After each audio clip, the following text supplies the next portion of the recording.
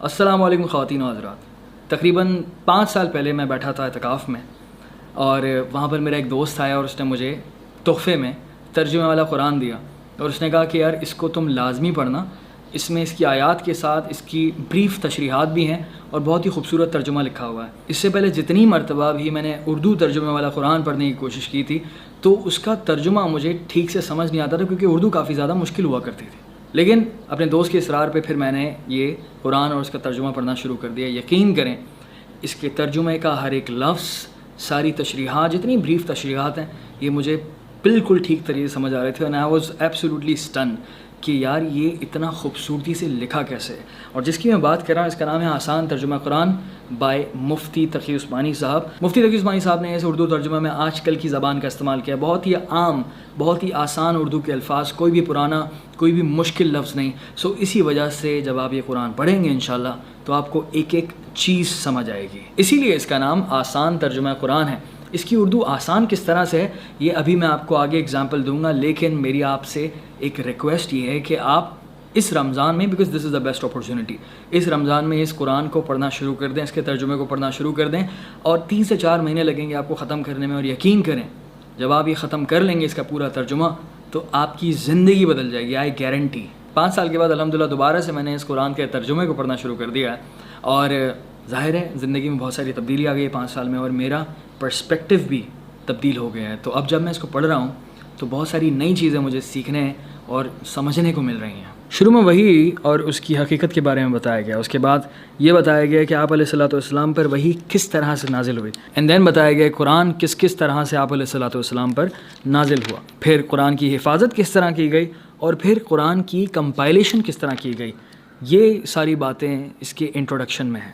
میں نے آپ کو کہا تھا کہ اس کی اردو بہت آسان ہے، اور جب آپ تشریحات پڑھنے جائیں گے تو آپ کو ایک ایک چیز سمجھ آئے گی. تو اردو آسان کس طرح سے ہے اس کی میں آپ کو صرف ایک ایگزامپل دوں گا، باقی سب آپ نے خود پڑھنا ہے. بسم اللہ الرحمن الرحیم. الحمدللہ رب العالمین الرحمن الرحیم. تمام تعریف اللہ کی ہیں جو تمام جہانوں کا پروردگار ہے، جو سب پر مہربان، بہت مہربان ہے.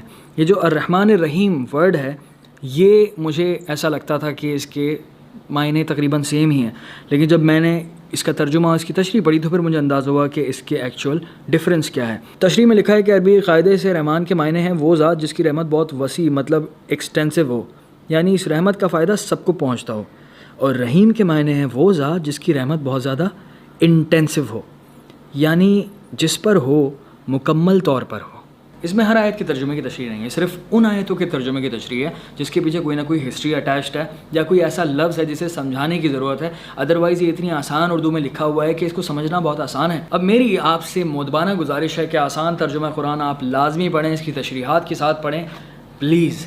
اور اس کو حاصل کرنے کے 2 طریقے ہیں، ایک سافٹ کاپی اور دوسرا ہارڈ کاپی. اگر آپ کو سافٹ کاپی چاہیے تو اس کے بھی 3 طریقے ہیں. آپ کے پاس اینڈرائڈ فون ہے تو اس میں بھی پڑھ سکتے ہیں، فری ایپ. آپ کے پاس آئی فون ہے اس میں بھی پڑھ سکتے ہیں، فری ایپ. آپ ویب سائٹ کے تھرو پڑھنا چاہتے ہیں، اس کو اپنے لیپ ٹاپ میں ڈاؤن لوڈ کرنا چاہتے ہیں تو اس کے لیے بھی میں نے لنک ڈسکرپشن میں دے دیا ہے ان ساری چیزوں کا. ویڈیو بنانے کا مقصد صرف اتنا ہے کہ اگر اس ویڈیو کی وجہ سے آپ میں سے کسی نے بھی یہ آسان ترجمہ قرآن پڑھنا شروع کر دیا تو اس کا اجر مجھے بھی ملے گا. خوش رہیں، دعا میں یاد رکھیں. فی امان اللہ. بسم اللہ الرحمن الرحیم. قرآن شریف کے بہت سے ترجمے پہلے سے موجود ہیں، لیکن ان کی زبان ایسی ہے کہ آج کل کی نئی نسل کو اسے سمجھنے میں دشواری پیدا ہوتی ہے، اور مجھے اندازہ نہیں تھا کہ اتنی لوگوں کو تکلیف ہوگی.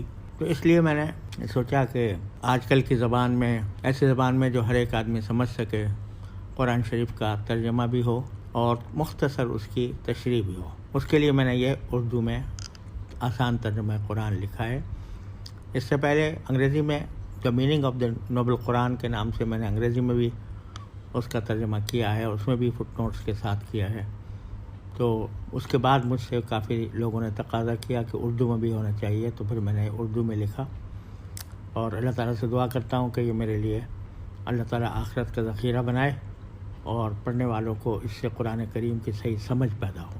اللہ تعالیٰ اس کو سب کے لیے نفع کا اور فائدے کا ذریعہ بنائے. السلام علیکم ورحمۃ اللہ وبرکاتہ.